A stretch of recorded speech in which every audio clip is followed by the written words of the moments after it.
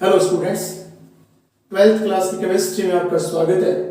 और हम लेसन पढ़ रहे हैं सॉल्यूशन यानी विलयन, और उसमें हमारा टॉपिक चल रहा है ठोसों की विलेयता को प्रभावित करने वाले कारक। और उन कारकों में एक कारक विलेय और विलायक की प्रकृति हम पढ़ चुके हैं, और अब दूसरा कारक पढ़ते हैं, वो है ताप का प्रभाव। तो ठोसों की विलेयता को प्रभावित करने वाला दूसरा जो कारक है वो हम पढ़ेंगे ताप का प्रभाव, effect of temperature. Effect of temperature में देखिए, पहले मैं आपको बताऊं कि ताप दो प्रकार की अभिक्रियाओं को प्रभावित करता है, जो ऊष्माक्षेपी और ऊष्माशोषी होती है।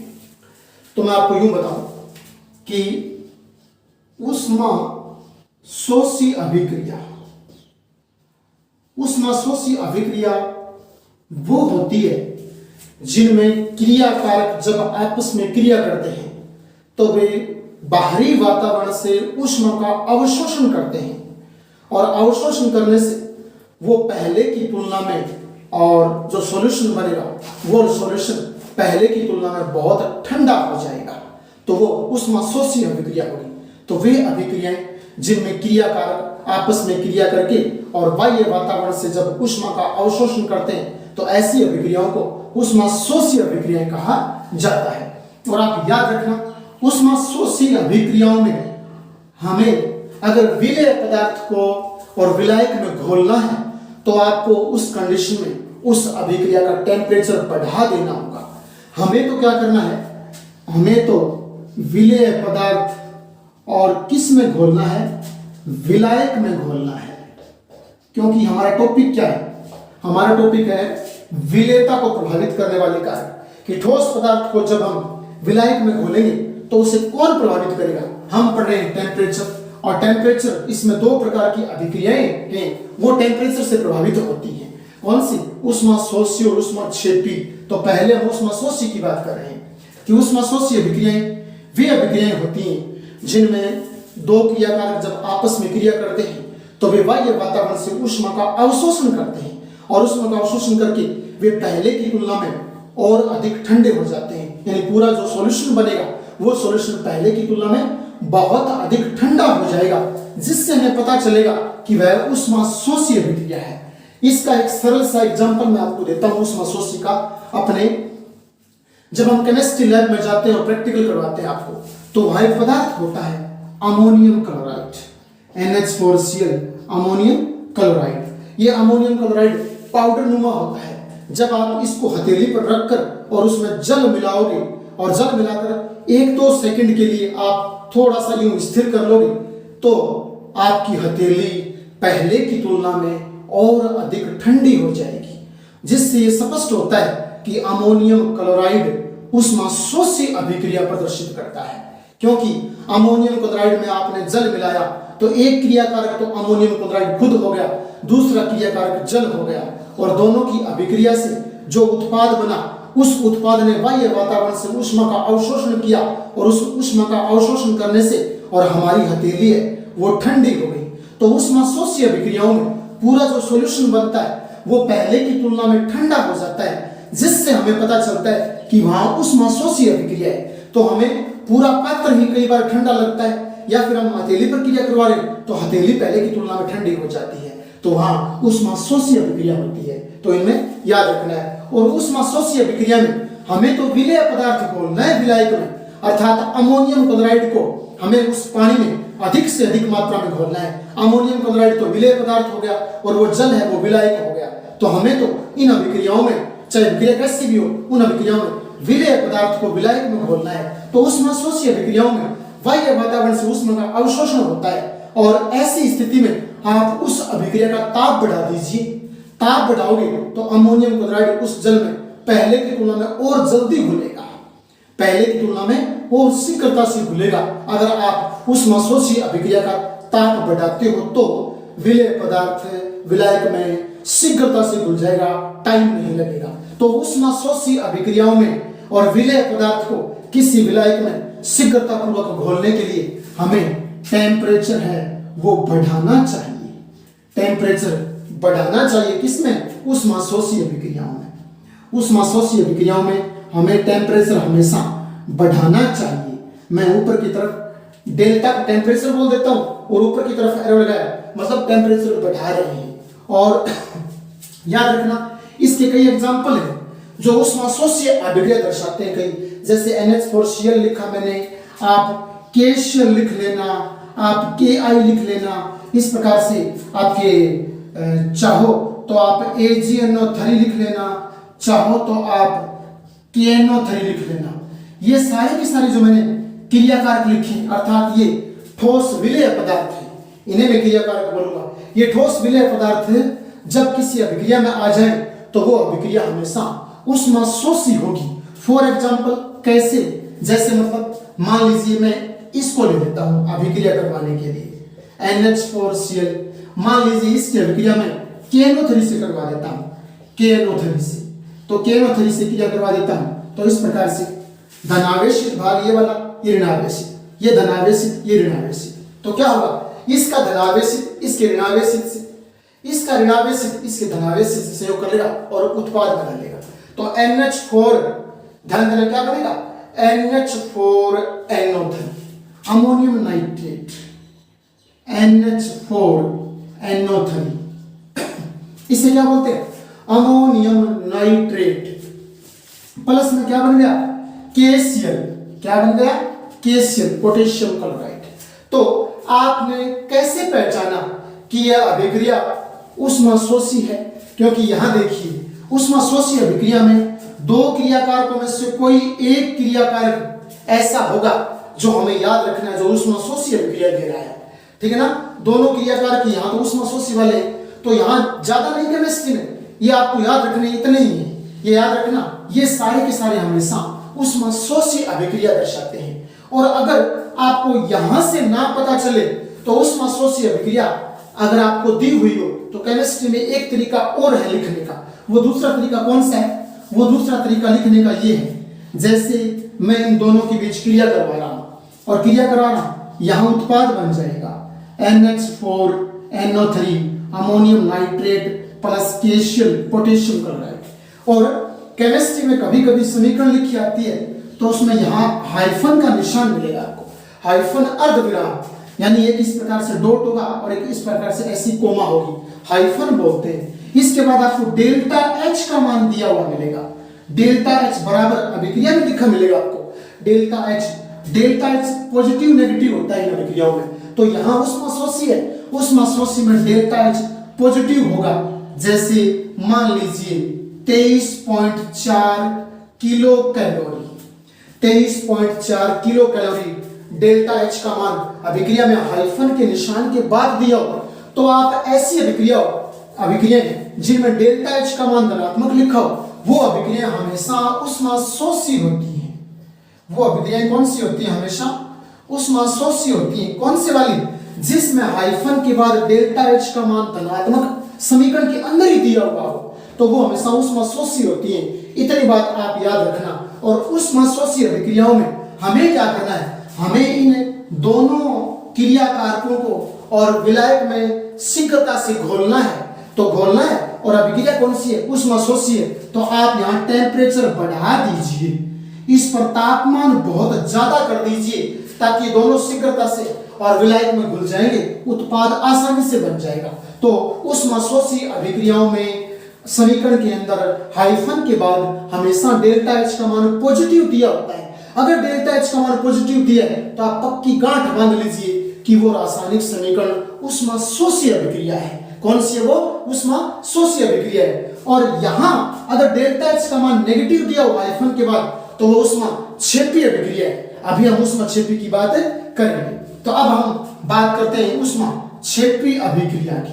तो ऊष्माक्षेपी अभिक्रिया में वे अभिक्रियाएं जिनमें क्रियाकारक के मध्य जब क्रिया करवाई जाती है तो वो क्रियाकारक बाह्य वातावरण में ऊष्मा का त्याग करते हैं। दोनों क्रियाकारक आपस में क्रिया करके और ऊष्मा का त्याग करते हैं, वो ऊष्मा बाह्य वातावरण में चली जाती है, तो ऐसी अभिक्रियाओं को ऊष्माक्षेपी अभिक्रियाएं कहा जाता है। और ऊष्माक्षेपी अभिक्रियाओं में भी हमें विलेय को विलायक में घोलना होता है। तो याद रखना ऊष्माक्षेपी अभिक्रियाओं में आपको विलेय पदार्थ को विलायक में घोलना है, तो आप यहाँ टेम्परेचर याद रखना घटा दीजिए।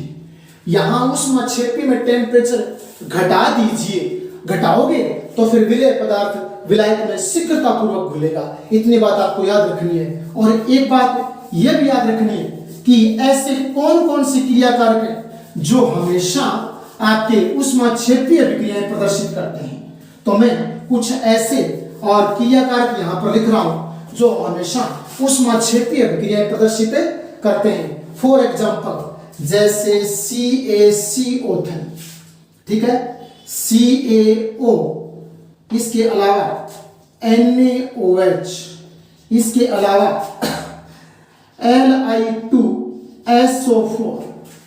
Li2SO4 जिसे लिथियम सल्फेट कहते हैं, calcium carbonate, calcium oxide, sodium hydroxide, lithium sulphate, और एक और लिख देता हूं और वो है कैल्शियम एसीटेट, यानी CH3COO लिखोगे, इसकी होल ट्वाइस करना और आगे कैल्शियम लगा देना, तो ये बन गया कैल्शियम एसीटेट।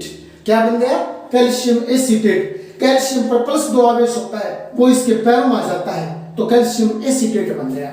और ये जो मैंने क्रियाकारक लिखी, ये सारे के सारे अगर किसी अभिक्रिया में आ जाए तो ये ऊष्माक्षेपीय अभिक्रिया दर्शाते हैं। और ऊष्माक्षेपीय अभिक्रियाओं में अगर हमें विलेय पदार्थ को विलायक में घोलना है तो हमें टेम्परेचर घटाना होगा, ये बात आप हमेशा याद रखना। अब मैं आपको जैसे एग्जांपल देके समझाता हूं। फॉर एग्जांपल, पहले एग्जांपल मैं आपको यूं देता हूं। आपने अपने घरों में एक एग्जांपल देखा है ऊष्माक्षेपीय अभिक्रिया का, अगर आपको याद आ रहा है तो। हम दीवारों पर जो कली करते हैं, सफेदी करते हैं, तो उसका पत्थर हम पानी में घोलते हैं। तो वो मतलब पत्थर पानी में घोलते हैं, उस पर सफेदी लगी हुई है। वो पूरा पत्थर जिस पर सफेदी लगी हुई है वो कैल्शियम कार्बोनेट होता है। वो क्या होता है? कैल्शियम कार्बोनेट होता है। उसको आप पानी में डालोगे और पानी से मतलब गर्म ऊष्मा बाहर निकलेगी और पानी में कुछ आवाज आएगी, गर्म ऊष्मा बाहर निकलेगी। तो इसका अर्थ क्या हुआ कि कैल्शियम कार्बोनेट एक क्रियाकारक हो गया, दूसरा क्रियाकारक उस बर्तन में पानी हो गया। दोनों ने आपस में क्रिया की, क्रिया करने से और ऊष्मा बाहर निकली तो वो ऊष्मा हमें मतलब दिखाई, मतलब कहने का महसूस हो रही है, हमें फील हो रही है कि हाँ ये सिस्टम गर्म हो गया। तो ऊष्माक्षेपीय अभिक्रियाएं जिनमें आप क्रियाकारकों को आपस में मिलाते हो तो हमेशा ऊष्मा बाहर निकलती है, अर्थात पूरा सिस्टम, पूरा तंत्र पहले की तुलना में गर्म हो जाता है। और जिनमें पहले की तुलना में पूरा तंत्र गर्म हो जाए तो वो सारी की सारी ऊष्माक्षेपीय अभिक्रियाएं होती हैं, और जिनमें सारा तंत्र पहले की तुलना में ठंडा हो जाए वो ऊष्माशोष्य अभिक्रियाएं होती हैं। तो ऊष्माक्षेपीय अभिक्रियाओं में कैल्शियम कार्बोनेट को आप बर्तन में पानी लेकर के उसमें घोल लीजिए, वो पहले की तुलना में गर्म हो जाएगा, आवाज आएगी और हमें वहां जो गर्मी महसूस होगी उस पात्र में, यानी ऊष्मा बाहर निकलेगी। तो इसका मतलब वो बाह्य वातावरण में ऊष्मा त्याग रहा है। कौन? वो कैल्शियम कार्बोनेट जल के साथ क्रिया करके ऊष्मा त्याग रहा है, वो ऊष्माक्षेपीय अभिक्रिया हो गई। और उसमें हम उस कैल्शियम कार्बोनेट को जल में शीघ्रता पूर्वक घोलना चाहते हैं, उस कैल्शियम कार्बोनेट को, तो आप उस अभिक्रिया में टेम्परेचर घटा दीजिए। टेम्परेचर घटाने का मेरा अर्थ है कि आप पूरे बर्तन को उठा करके और किसी ठंडे स्थान पर रख दीजिए, तो वहां का उस अभिक्रिया का टेम्परेचर घट जाएगा। आप उसे फ्रिज में रख दीजिए, फ्रिज में टेम्परेचर घट जाएगा, तो अब वो कैल्शियम कार्बोनेट उस पानी में पहले की तुलना में और शीघ्रता से घुल जाएगा। अगर आपने बाहर रखा है और वो गर्म हो गया है तो वो धीरे धीरे घुलेगा, लेकिन आप उसे किसी ठंडे स्थान पर रख दीजिए, फ्रिज में रख दीजिए, तो उसका टेम्परेचर घट गया, तो वो कैल्शियम कार्बोनेट अब उस जल में शीघ्रता पूर्वक घुल जाएगा। तो वो ऊष्माक्षेपीय अभिक्रिया है। ऊष्माक्षेपीय अभिक्रियाओं में आप क्रियाकारक को अर्थात विलेय पदार्थ को विलायक में घोलना चाहते हो तो उसका टेम्परेचर घटा दीजिए ऊष्माक्षेपी में हमेशा, तो वो जल्दी घुल जाएगा और उत्पाद जो हमें सफेदी चाहिए, जो उत्पाद चाहिए, वो शीघ्रता पूर्वक बन जाएगा। तो इस प्रकार आपको ये याद रखना है। और अगर मैं आपको बताऊं कि कोई रिएक्शन दी हुई हो और उसमें डेल्टा एच का मान दिया तो आप कैसे पहचानोगे कि वो ऊष्माक्षेपी है? तो उसमें डेल्टा एच का मान नेगेटिव दिया हुआ होगा। कैसे? जैसे मैं एक रिएक्शन लिख रहा हूं, CaCO3, कैल्शियम कार्बोनेट को आप गर्म कर लीजिए जल में घोल करके, ठीक है? दो पदार्थ बनेंगे जल में, CaO और CO2। मैंने जो कली बोलते हैं अपनी भाषा में उस कली को पानी में घोला है, और पानी में घोला है तो एक तो कैल्शियम कार्ब ऑक्साइड बना, जो प्योर सफेदी होती है जिसको हम दीवारों पर करते हैं प्योर सफेदी, वो प्योर सफेदी का सूत्र ही होता है कैल्शियम ऑक्साइड। और उसमें जो ऊष्मा बाहर निकलती है, जो विशेष प्रकार की सू सू की आवाज आती है, तो उसमें CO2 बाहर निकलती है। हम CO2 के इस प्रकार का निशान लगा देते हैं क्योंकि CO2 उस पात्र में से बाहर निकल रही है, ठीक है ना, और उसमें ऊष्मा बाहर आ रही है। लेकिन यहां मैं अभिक्रिया दर्शाने के लिए हाइफन के बाद डेल्टा H का मान नेगेटिव दे देता हूं 45.3 किलो कैलोरी। यहां हाइफन के बाद डेल्टा H का मान नेगेटिव दिया है, तो आपको डेल्टा H का मान देखते ही पता चल जाना चाहिए कि यह अभिक्रिया वास्तव में ऊष्माक्षेपीय अभिक्रिया है।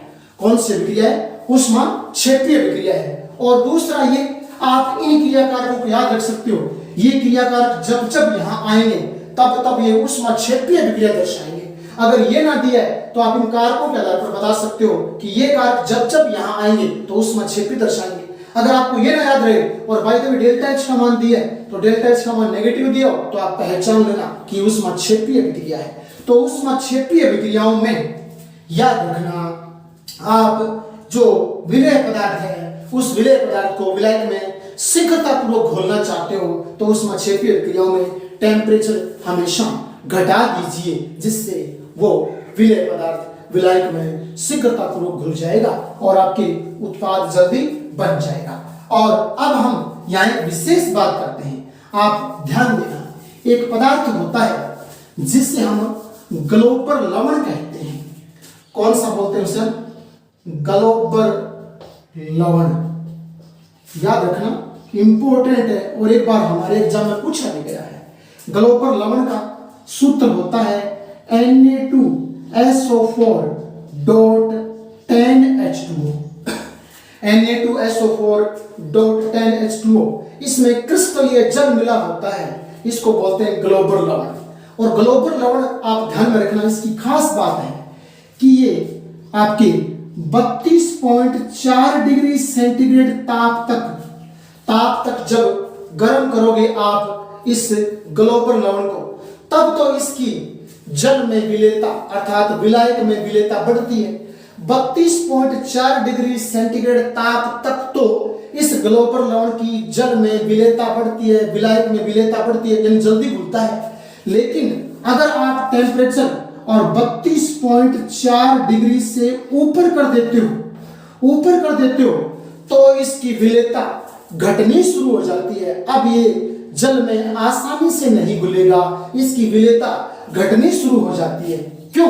क्योंकि जैसे ही हमने टेम्परेचर 32.4 डिग्री सेल्सियस से ऊपर कर दिया तो इसमें ये जो जल है जिसे हम क्रिस्टलाइन जल कहते हैं, क्रिस्टलाइन वाटर कहते हैं, ये क्रिस्टलाइन वाटर इससे बाहर निकल जाता है। और बाहर निकल जाने से, और याद रखना 32.4 डिग्री टेम्परेचर जब मैं से ऊपर कर देता हूं तो ये क्रिस्टलाइन जल बाहर निकल जाता है, और बाहर निकल जाने से ये निर्जलीय हो जाता है, अर्थात निर्जल हो जाता है, बिना पानी वाला बन जाता है ये। और बिना पानी वाला बन जाने से और अब उसकी विलेयता घटने लगती है, वो जल में शीघ्रतापूर्वक नहीं घुलता है। तो मैंने क्या बताया, शाब्दिक अर्थ में फिर सुन लीजिए कि ग्लोबर लवण Na2SO4.10H2O को जब 32.4 डिग्री सेल्सियस ताप तक गर्म किया जाता है तो इसकी जल में विलेयता बढ़ती है। लेकिन जैसे इस पर 32.4 डिग्री सेंटीग्रेड से थोड़ा अधिक ताप कर देते हैं तो इस ग्लोबर लवण की जल में विलेयता घटनी शुरू हो जाती है, जल में घुलना बंद कर देता है ये। क्यों? क्योंकि यौगिक में ग्लोबर लवण में उपस्थित क्रिस्टलीय जल बाहर निकल जाता है, जिससे पूरा यौगिक निर्जल हो जाता है, और निर्जल हो जाने से इसकी विलायक में विलेयता घट जाती है। ऐसी बात याद रखना, यह प्रश्न हमारे एग्जाम में पूछा गया।